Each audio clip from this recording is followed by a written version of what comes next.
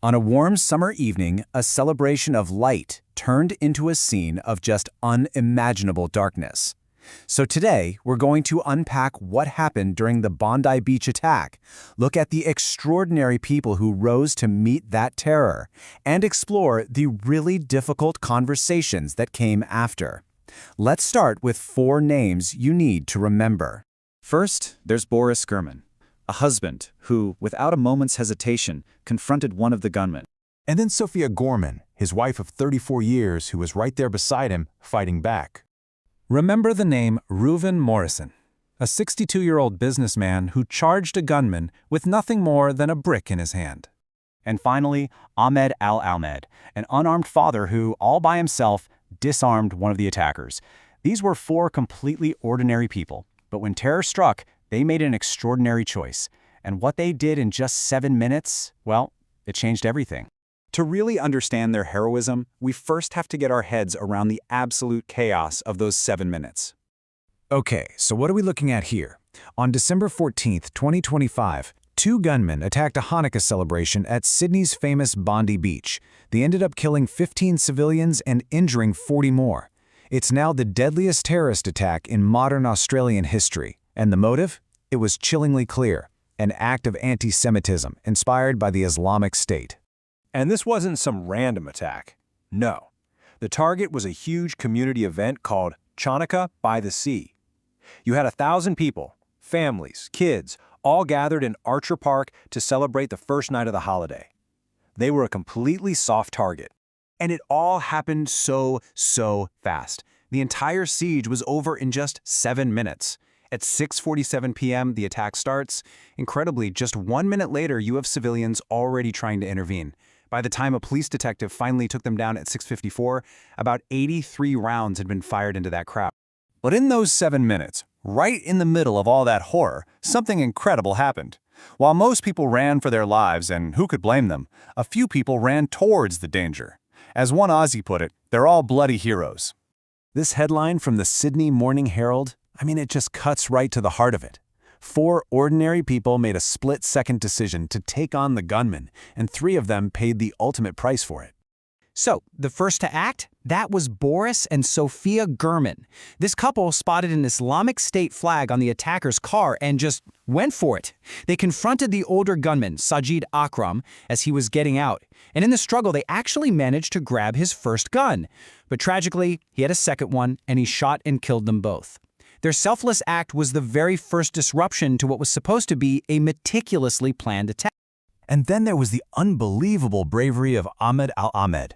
He was an unarmed Syrian-Australian Muslim. He saw the gunman firing, and he just took action.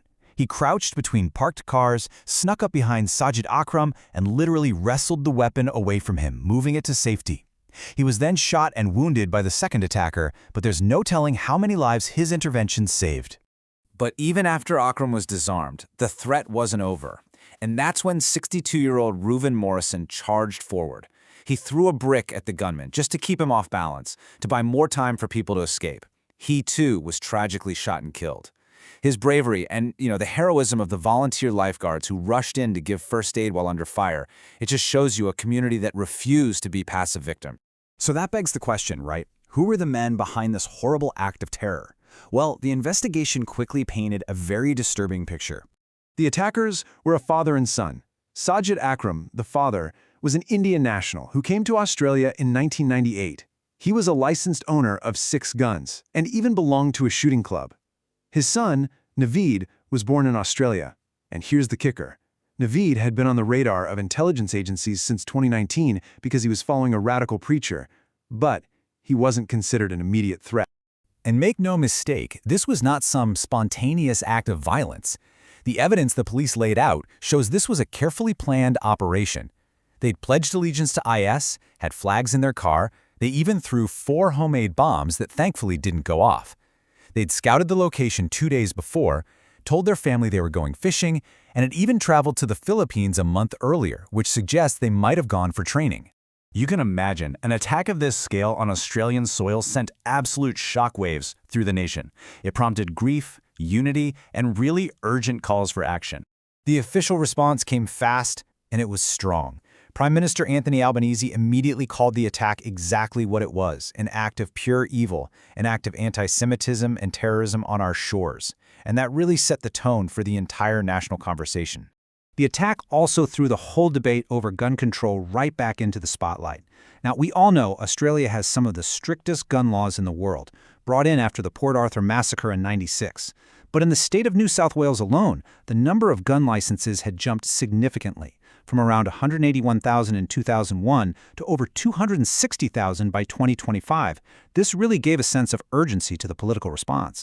And that response, it was immediate and concrete. The very next day, the National Cabinet unanimously agreed to make the country's gun laws even stronger. Some of the key ideas on the table were restricting gun ownership to citizens only, putting a limit on how many guns one person can own, and fast-tracking a new national firearms registry. But beyond all the policy debates, the attack forced a really complex and, let's be honest, often polarized conversation about identity, about heroism, and about the stories we choose to tell when a tragedy like this happens. The story of Ahmed al-Ahmed, the Muslim man who saved Jewish lives, quickly became a flashpoint in this debate, and it was viewed through very different political lenses. On one side, some argued that focusing on his religion was just a way to avoid talking about the anti-Semitism at the core of the attack, or that stories of Muslim heroism are buried to fit a certain narrative. On the other side, some tried to erase his Muslim identity entirely, claiming he was Christian, or they framed his bravery as a total anomaly, with one person even posting, "There were 0 Ahmed al-Ahmeds in Gaza."